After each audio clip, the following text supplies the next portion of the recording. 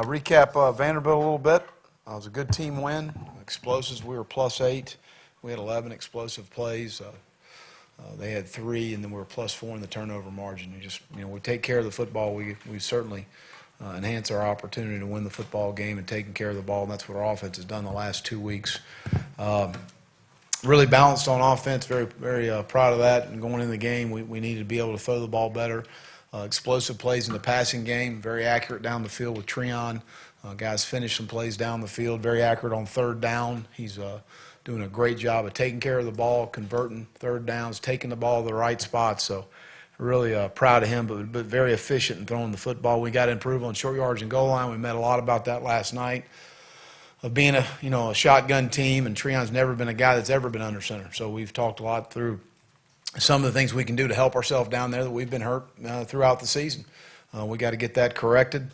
Perimeter blocking was not what it needed to be. It was nowhere close to what it was the week before, so we need to get back and improve in those areas. But the player of the game was Treon Harris. He had 4 explosives, played extremely well, managed our offense extremely well, continues to improve and get better and better every single day.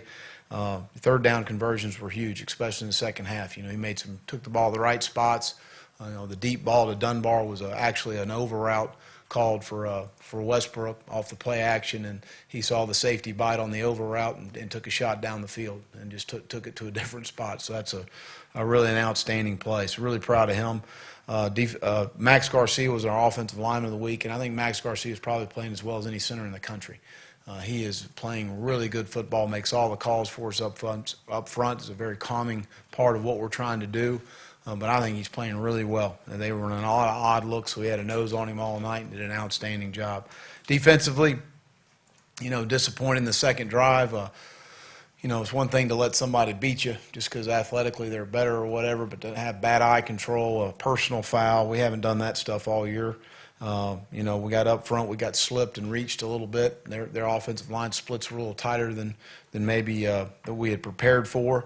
But we got settled down in the game, and I thought as the game grew on, played extremely well. Affected the quarterback. We had 19 pressures and affected an incomplete pass there. Third down, we were outstanding. 4 turnovers, and really as much as anything with a young secondary, I thought our players did a great job on the sideline of making adjustments and going through things and previewing the next series and really doing a good job of being dialed in on those situations. So I was real proud of that. We didn't really have anyone from a production standpoint that stood out to name player of the game, so we just named the defense again. We played well on all 3 levels, and then no one was that productive to anoint the player of the game. But we got to improve in some areas, obviously. But ball hawks, guys that had a part in a turnover: Darius Cummings, Duke Dawson, Dante Fowler, Antonio Morrison, Jabari Gorman, Vernon Hargraves had 2, Jalen Tabor as well. So those guys continue to do a great job there as far as getting the ball off people. Special teams, I thought we were just solid. Didn't really affect the game. 2 penalties were killers as far as field position was concerned. Just not very smart, blocking a guy in the back there. Chris Thompson was the player of the game. Chris is a guy that's, did a great job covering kicks, was very disruptive on our kickoff coverage team. So really, really proud of him, a guy that continues to come on for us right there. Injury-wise right now, Keanu Neal, hoping to get him out there maybe Wednesday. Looks to be doubtful at this time. Trenton Brown, I'm not ruling him out at all. I think hopefully Wednesday to get him back on the field. Tyler Moore had an ankle. He should be fine. Chaz Green had a sprained knee. He should be fine. Jeremy Powell had sprained his knee that he had surgery on. He may be doubtful for this game as far as being a special teams contributor for us. And Gerald Willis, we're going to try and get out and move around today, but I expect him to play this Saturday. As far as South Carolina is concerned, got great respect for Coach Spurrier and the job he's done as a coach and more than anything as a man. He's a good guy. He's been great to me since I've been here at the University of Florida. Really look up to him in this profession. He does things the right way. Offensively, they've been outstanding this year. The best offense we've faced, in my opinion, to date this season. Dylan Thompson's playing very well. His 22 touchdown passes, really throwing the ball well. They're a talented group outside. They've got Pharaoh Cooper, does it all. I mean, he lines up and plays Wildcat quarterback and speed sweeps, and they run it with him, they throw it to him. He is a very, very talented football player. Bird can really run. Shaq Rowland, Nick Jones, all guys athletically that we need to be able to match up with and play. We're going to have to mix it up in coverage and what we do with these guys. Running back Mike Davis, Brandon Wiles, and Sean Carson are all very talented backs. They got big tight ends that run extremely well. They're big up front. So we got our work cut out for us defensively, really do. A team that's as balanced as they are and as good a job as Coach does calling plays. Defensively, they're very young. Lorenzo Ward's an outstanding coach. They've gone through some growing pains. They've had a week off, though, so I'm sure we'll face some things we haven't totally prepared for them. Have to make some adjustments in the game, and Lorenzo does a good job with that, and they're very good on teams, especially with Carson and Cooper as returners. Those guys can, at any time, can take it the distance. Noon kickoff, 12:01 here in the Swamp. Great to get back in front of the best fans in the country. Can't wait to get in front of our crowd again. I really challenged our football team after the Vanderbilt win how important it is to take back the Swamp, and that's what we need to do this coming Saturday. And I open it up for any questions. Will, you kind of had to scramble on the offensive line with guys getting banged up. How big a concern is that going into this It game? is. I think, again, I think we'll get all those guys back by game time. Trenton would be the only one that I would be concerned about not playing. But Mike Summers does a great job of moving those guys around and throughout the week teaching them the whole concept in the run game and protection so they don't just understand their position and how it affects them. Chaz went inside and played well inside. To be able to have David Sharp get some valuable reps for him as a guy that's going to be a really good football player. It's just very difficult for a freshman on the offensive line right now. I think there's 3 offensive tackles that have played, or really just 2 in our league that have played a lot of time at Tennessee and at Alabama, those 2 guys. So, but good to get him some experience in there. But we'll have a plan for it and moving forward. It was good to get Antonio Riles in there and play a little bit, and Cam Dillard and those guys, and they need to keep coming on for us. We're like everybody else in the country right now, a little nicked up, and we got to take care of these guys in practice and make sure we're playing fast and physical on Saturday. And has anything changed with Leon, or has he tried to talk to you? Or? No, nothing's changed. I get the respect issue with Steve Spurrier, but why have you guys hit it off so well over the years? He has a statue outside the stadium. He does? Yeah. No, he just, y'all have been around him. He's a fun guy to be around. He's an outstanding football coach. He's a Hall of Fame player and coach. We fly up together to Bristol every summer and enjoy his company and the stories and the different things going through the years and talking about the Florida program and all that. It's just a lot of fun. It really is. It's been very supportive of me since I've been here, gone out of his way to support me, and I really appreciate that. You feel for him a little bit in terms of, like last year, you guys were picked to win the East. You end up fighting for a bowl. Now he's picked to win the East. Sure. He ends up fighting for bowl eligibility. Absolutely. I mean, you got great respect for these guys, and sitting behind the chair, you understand what you go through. So you certainly have a respect for everybody that goes through it.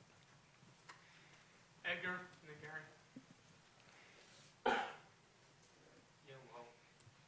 Gary. At what point did you start to kind of tell that Treon Harris was kind of just a different guy? I mean, how early in training camp was it apparent? Well, I don't know that until game time you really can get a feel for it. I think when he went in the game in Knoxville and in a very hostile environment, a great crowd that day, to be able to take control of the game for us offensively, make a great throw to Matt Jones on the wheel route coming out of the backfield, something that he had not repped all week in practice. To take control of that football team late in the game and our offense late in the game, and the way he did it and how maturely he handled that situation is probably, you always feel very good. I felt very good about Treon all along. I've told you all that all along. But then under those circumstances, certainly to see him handle it the way he handled it was good. And the team talked about his toughness after the Vanderbilt game. It got the wind knocked out of him early on, and obviously that's a quality every quarterback has to have. What do you see there with him? Absolutely. He got his bell rung pretty good on the sideline there, and so I went over and said, "You all right?" He said, "Go worry about somebody else. I'm fine." So he is that's part of the physical part of it, but also the mental side of it, the toughness aspect you've got to have at that position, especially here. Gary, over the right. Well, should you be fortunate enough to get bowl eligible, what's been your philosophy on bowl practices and what it can do for a freshman, a redshirt freshman, Oh, it's the huge. kids going up, and then how much more, if you're able to do that this year, how much more of an edge will that give kids coming back next year than the group? Oh, it's last year? it's another spring ball, Gary. I mean, you're able to go out there and get another probably 12 to 14 practices in for a bowl game, depending on when it is. But you look at Luchez Purifoy, our first year. He started the Gator Bowl. He didn't start a game all season, but he came out and had a great bowl practice. He was a true freshman. He had more time. When you're in a bowl situation, kind of like training camp and spring ball, when you're not getting ready for a game and you're not game planning, you're teaching the defense, you're teaching the offense, you're teaching the techniques and the fundamentals that go with the position at a very slow pace, as opposed to when you're getting ready for a game, you're still teaching fundamentals and techniques, but you're also trying to recognize sets and there's a lot more going on mentally. And so there's no question that I've seen guys take huge steps forward, on the football field in a bowl situation. There's no doubt. Zach, over here to the left. Zach.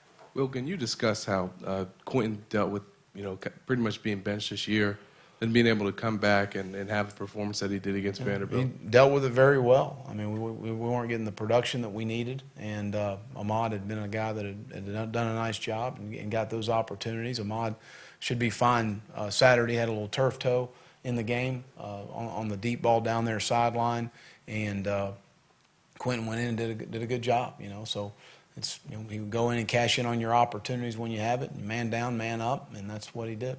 So I'm very proud of how he handled the situation. Is it refreshing to see a guy handle it that well? Yeah, it's nice. It's the way you're supposed to handle it. Mark. Saw yesterday you said if you're going to inside the 5-yard line, you're going to go for it every time. Depending fourth on the down? situation. I mean, if you're first and goal, and that a field goal wouldn't make it a difference, meaning if a field goal wouldn't make it a two-score game or a 3-score game, momentum of the game in those situations, as early as the game was, I think you get in those situations. I'll tell Kirk, you got 4 downs. Is that a change in mentality? You've always been. I mean, I know you joked after Georgia that I'm a risky guy. It isn't I seem am, that way. don't you don't think? You haven't taken a lot of chances like that. It just We seems pressure like a the last lot couple on weeks. defense, huh? On the other side of the ball. All right. Well, no, I mean, that's what I feel like in first and goal, you get in those situations inside the 5. And that's different when you're a little further out. But, you take those opportunities to get 7 points. It's very deflating for a defense in a first and goal situation. You get 7. It's a lift for a defense to hold them to a field goal. Momentum, but again, that can all change based on the game situation. If you're kicking a field goal to make it a 2-score game, that's different. If you're kicking a field goal to make it a 3-score game, totally different situation. You take the points. Obviously, we had a situation in the bowl game at the Gator Bowl. We made it a 2-score game with a field goal. Everybody wanted us to go for. Well, we made it a 2-score game. So those are different situations. What can that do offensively for the guys? And to know that you're going to. Well, I always feel like that, as a defensive coordinator, when you call the game aggressively, sometimes your players play more aggressive. They feel a little more cutting it loose, and our guys feel like that, offensively from the standpoint where they know that we're going to go for it in those situations. And I talk to them about those situations all the time of why. It's not always, to me, I think it's important for the players to understand why we're doing it. If we get into the situation and we're in that range where we're outside of field goal range, maybe the 38-yard line, it's 4th and 1, well, you go for it in those situations, unless you're in a field position game and you want to pin them back, which we could have the other night and didn't. I mean, that was we had some discussion on there. I think it was 4th and 7 of going for it in that situation. We were out of field goal range, didn't feel comfortable about the kick there, especially the penetration they were getting on their block team. The worst thing that could have happened was a 2-score game. They block it and take it the other way. So didn't feel good about attempting that long of a field goal in that situation, especially with the penetration they were getting. So we talked about going for it. Instead, just took the delay of the game and wish we had kicked it better. Robbie and then Richard. Will, you've always talked about wanting to be balanced on offense. Is the offense in a position now to give you the balance you're looking for? I think so. I think we're getting there, and got to continue to run it well to develop some other things in the passing game. But, whenever you put it on tape, not just to throw it deep, but to complete it deep. as a defensive coach, now you're saying, okay, these guys are willing to do what they need to do. And there was no question Vanderbilt was bound and determined to make us throw the football. And we saw that early in the game and knew we were going to have some opportunities for some shots. Richard. At this point, is there anything Leonor could do to come back on the team? No. And has this situation ever happened to you this deep in the season with a guy? Edgar. Yeah, Coach. The freshman defensive backs, I mean, with Keanu out, we're going to have to continue to step up. What are you seeing from them? I mean, Jalen Tabor, that play was pretty spectacular there. I think that those guys have improved every week. They've gone about their business the right way at practice. I think they've taken some steps forward throughout the year.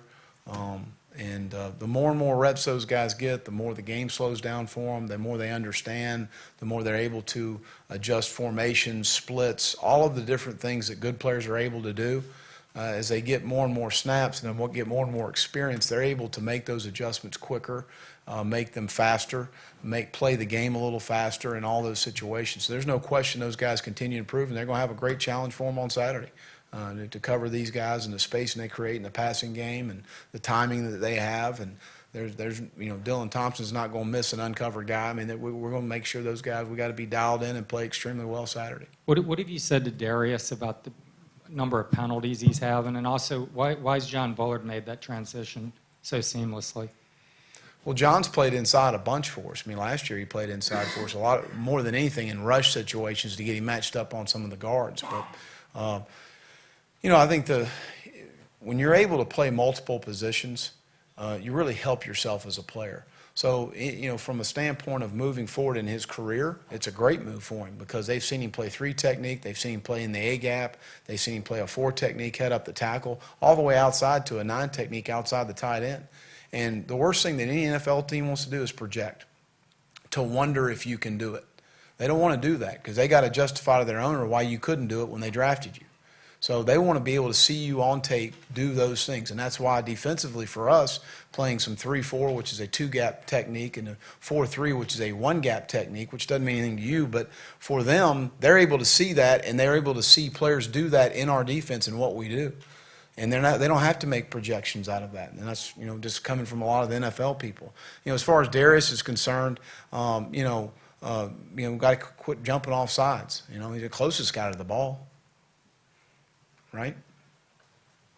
Nick So over here. to the shouldn't jump off sides if you're the closest guy to the ball. Right? That makes sense, perfect sense. Coach, John seemed a little hesitant to make that move from end inside last year. I think he even said to us not really what he wanted to do, take on double teams. When was the buy-in for him to kind of just fully get behind that? We've had a lot of long discussions about it. But John's a team guy. Do what we need to do for the football team. And I think what happens, players always have a perception of what they are, and then there's a reality of it. And he's come to the realization of the reality. How much does his production on the field do you go back to him and say, hey, see, we kind of told you so? Well, I think as a player, you also mature. And John, at first for younger players, they don't, that's not what they perceived themselves to be when they were recruited. And that's not what they really saw themselves as. And then as they start to really, get into the business side of things and looking at things from a business standpoint, you know what, Coach, you're probably right. You've been doing this a long time. So different than Jalen Watkins. Jalen Watkins got drafted in the 4th round. Number 1, because he played well. Number 2, because he's a good person and a good guy. Number 3, because he could play corner, he could play nickel, he could play dime, he could play safety. So he gave a position variety. He also played special teams. So for when they look at that spreadsheet and you're justifying to the owner why you're paying this kid this much money, because he's percentage-wise, he's on the field 38% of the time because he's playing defense and special teams. He's also able to be your emergency safety, nickel, dime, or corner, depending on the other position that he's playing, and he's really smart. So all it does is help you. So there's no drawback to being able to do something like that to help you in your career and our football team. So you explain those things to them, and they understand it, and that's how he's handling it. He's played extremely well. Played his best game against Georgia last week and played solid the other night. But he's continued to improve and get better and better. Yeah. Antonio up in the middle. Going back to Max, you talked about just how well he's playing right now. How unusual is that, or how maybe even surprised are you for a guy who's never snapped at all until this year? Well, that's the toughest position to play on the offensive line, obviously, with what you've got to do call-wise, number one, but then, stepping and being able to generate power after a snap on a zero nose, a head-up nose guard. But he's done it extremely well. Sees it in practice every day. But Max is a really intelligent young man. Y'all have met him. Y'all know. I mean, really smart, complete team guy. Totally bought into what we need to do to be successful. And came to him. He said, "Well, I'll do anything you ask me to do. Let's go try it." So, but he is playing at a very, very high level. I mean, he is playing extremely well. And then last week, Antonio said that he credited his improvement this year simply to growing up, but clearly there's more to it than that. When you look at how he's playing now, what do you credit it to? Well, I think that number one, I think his endurance levels. He plays extremely hard. I mean, on every single snap, he is gutting it out on every single snap. I think his endurance levels are much better than they've been. I think that goes back to taking care of his body off the field, living the right way.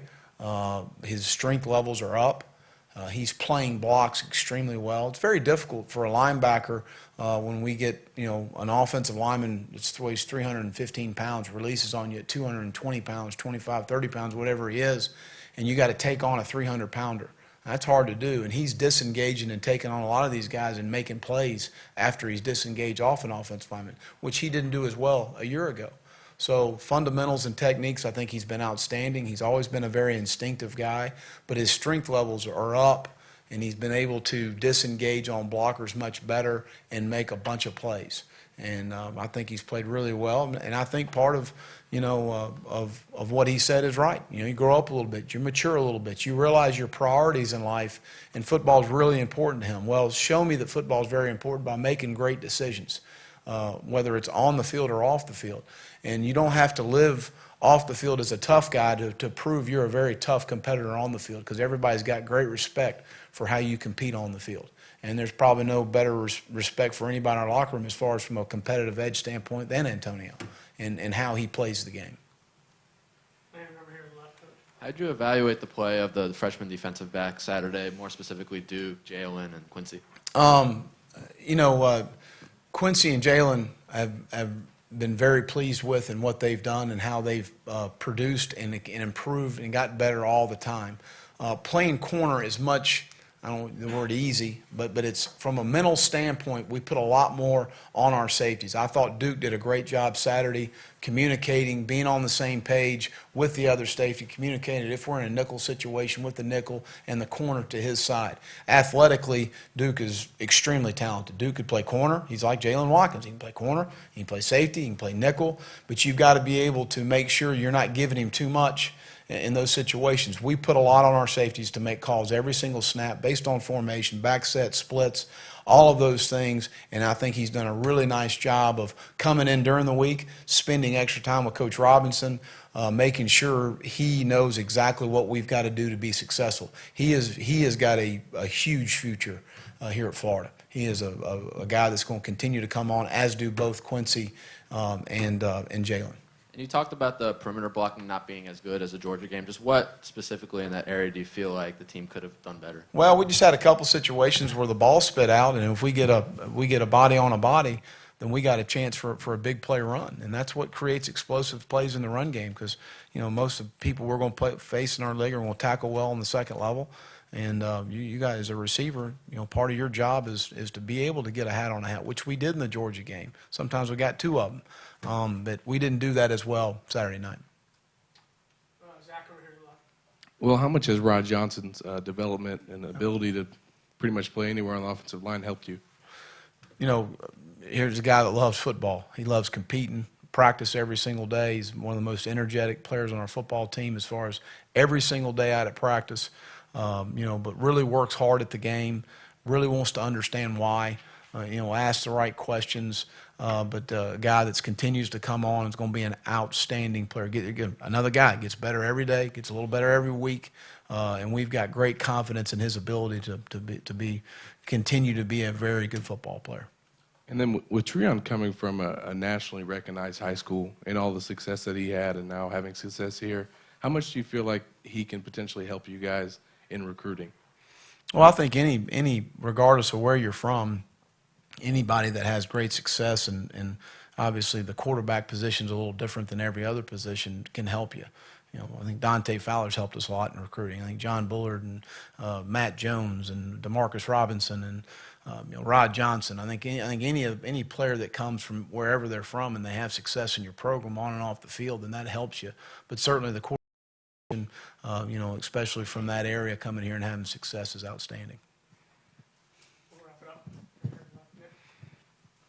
Coach, do you think Bullard's play has helped Antonio at all on the field this Oh, year? there's no question. I mean, in order to play well at linebacker, a lot of it goes back to how those guys are playing up front and how they're playing blocks. When I talk in terms of playing blocks, we have something we call a twofer, and that's is a three technique. Outside shade of the guard. If you demand a double team, which John demands a double team a lot, as does Darius, as does Caleb Brantley, as does Joey Ivy, and you're able to eat the guard and the tackle's block, and the linebacker's free in the hole to make a tackle, that's a great play by that defensive tackle. That's a twofer. If you're able to play a shade or a two-eye on the backside of a play and you're able to make the center and the guard block you, and that frees up our backside linebacker and he doesn't have to deal with a guy trying to cut him off the backside, that's a twofer. That's a great job. Well, that's a good play by the linebacker, but really it's attributed to what happened up front. So there's no question. I mean, any good linebacker that's very productive is going to tell you it starts with those guys up front and how they're playing blocks and if they're keeping people off the second level. The best offensive line coaches I've been around have always talked in terms of securing first level to second level. First level being the D-line, climbing to second level as far as linebacker play is concerned. So when you're making them secure that first level because you got some playmakers up there, and here we've had Sharif and Dominic and a bunch of guys that made Jelani and John and Antonio and Mike and all these guys look really good because of their play up front. There's no question. Yeah. All right. Thanks.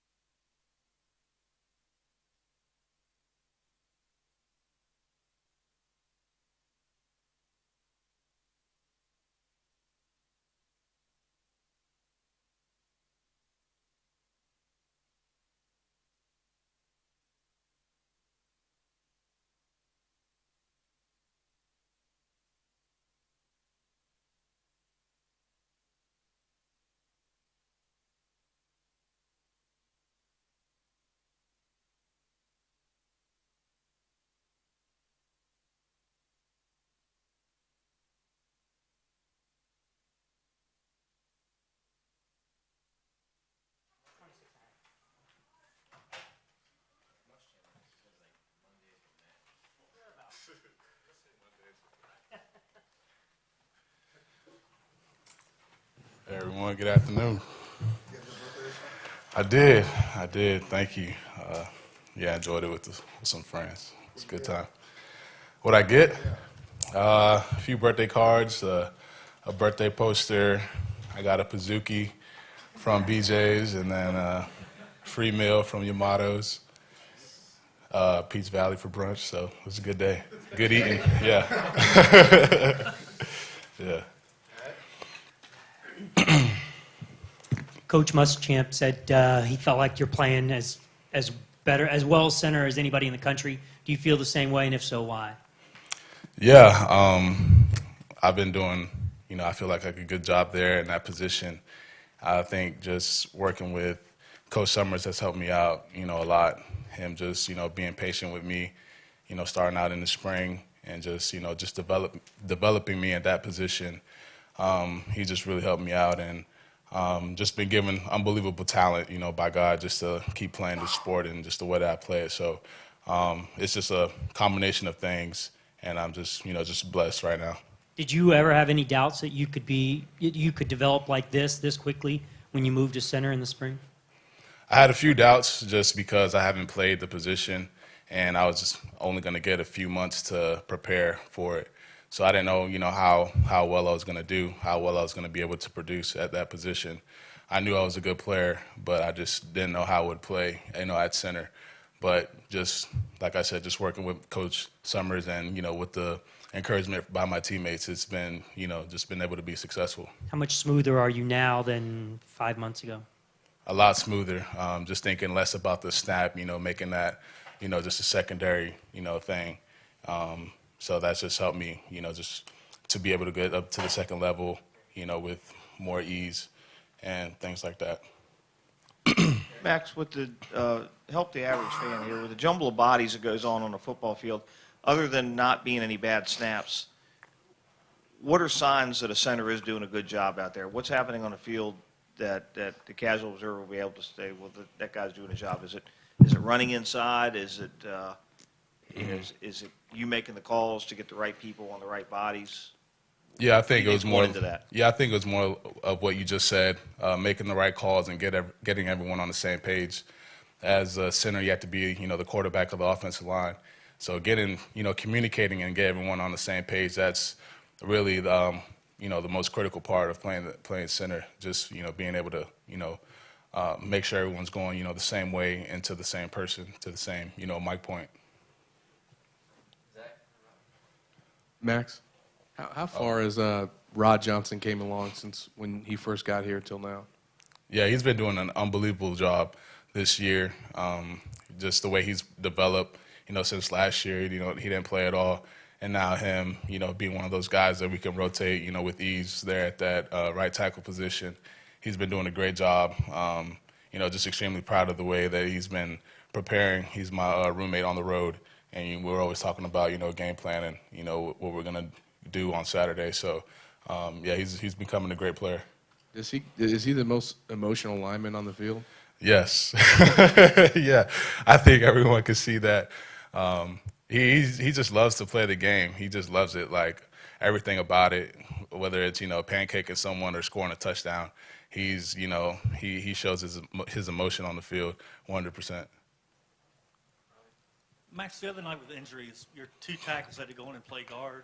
How big of a concern is depth, and how important is versatility among some of those guys up front? Versatility is one of those things, that a lot of people, in the NFL, look for it, because they only travel 7 linemen. And that's just pretty much the same scenario. We're going to have to be versatile just with the injuries that we're having. And, that's huge for, Chaz to be able to move inside, for DJ to be able to move inside, and just to be confident, in what they're doing. Obviously it's not their natural position, but we're just going to have to do what we have to do to make it work. Are you worried about the depth, though?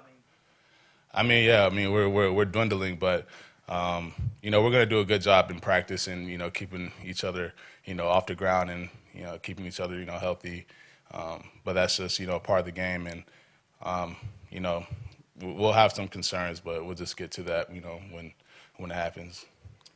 Max, when you go back and look at the fake field goal 2 weeks ago and then last week or Saturday night, You going for it on 4th down twice early in the game. Right. What does that do for you guys offensively, and how much do you enjoy that, being that aggressive? Well, we just see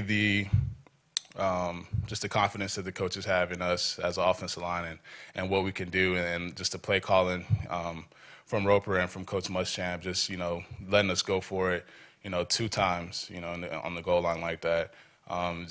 It gives the offensive line just more motivation to go out there and just block with everything that we have, putting the team on our back, and just going out there and try to give it our all, because we know that, the coaches are obviously making those decisions based on, what we've done previously, and if they have confidence in us, then, that just motivates everyone to be more confident. You think it says a little bit also about where you guys are at? You got nothing to lose. You got to win every game.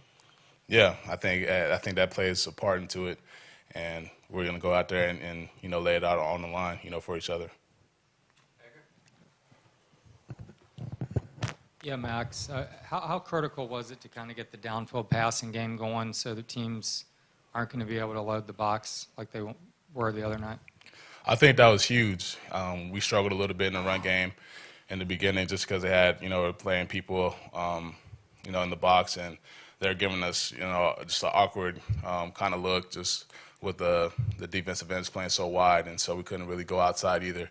But I was extremely proud of the way Treon, handled the passing game. I felt like he made really good decisions. Even when he was hurried, he still made some good throws, and that's just what we're going to have to do. Obviously, if they're going to load the box, then we're going to have to pass the ball. How much does his accuracy, raise the confidence level, I guess, of just everyone, the receivers and even the linemen? Well, I think that, the receivers, they go out and they run their routes, knowing that they're going to have a good ball thrown to them. So they run their routes. They run their routes, with just a little bit more crisp, and you can just see the connection that they have out there. It's something that we've kind of been missing, and just extremely proud how that's been developing. With guys making plays downfield, we've been missing that, this season.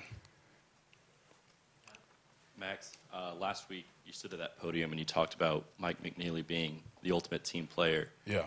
And if you had more people like him, you'd be a national championship team. What are your thoughts on Leon Orr leaving yesterday or on Saturday? Leon, he's a guy, that I respect a lot. Just he's been in the program, for a very long time, and I thought we were getting to a point where I saw him maturing a lot, and he wasn't doing the same things that he was doing last year. He was really developing as a person. So when that happened, it kind of struck me, off guard. And but Muschamp is Muschamp, and he's not going to tolerate putting himself above the team. So it's just unfortunate that happened. We're going to miss him because he was a big part of this team, but we're just going to move forward, and young guys are going to have to step up.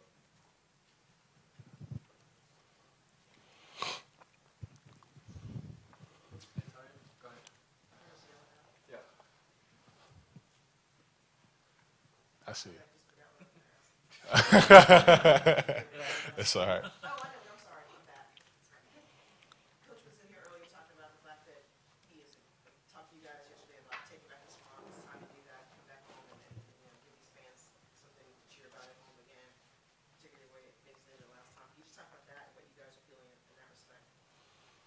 Yeah, we're all about that, and our fans do deserve, something to cheer for, in the swamp, at the swamp. We got to defend it. The swamp is a place where other teams should, fear coming into.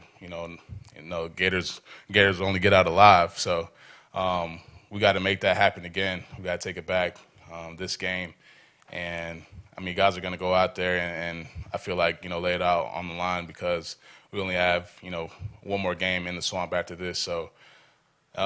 Especially me, being a senior, going out, only being able to run out that tunnel 2 more times. It's like, we know that the time's running out and we only get so many opportunities. So I feel like we're going to go out there and, just love to play the game, with each other. So we're extremely happy that we get this opportunity to take the small back.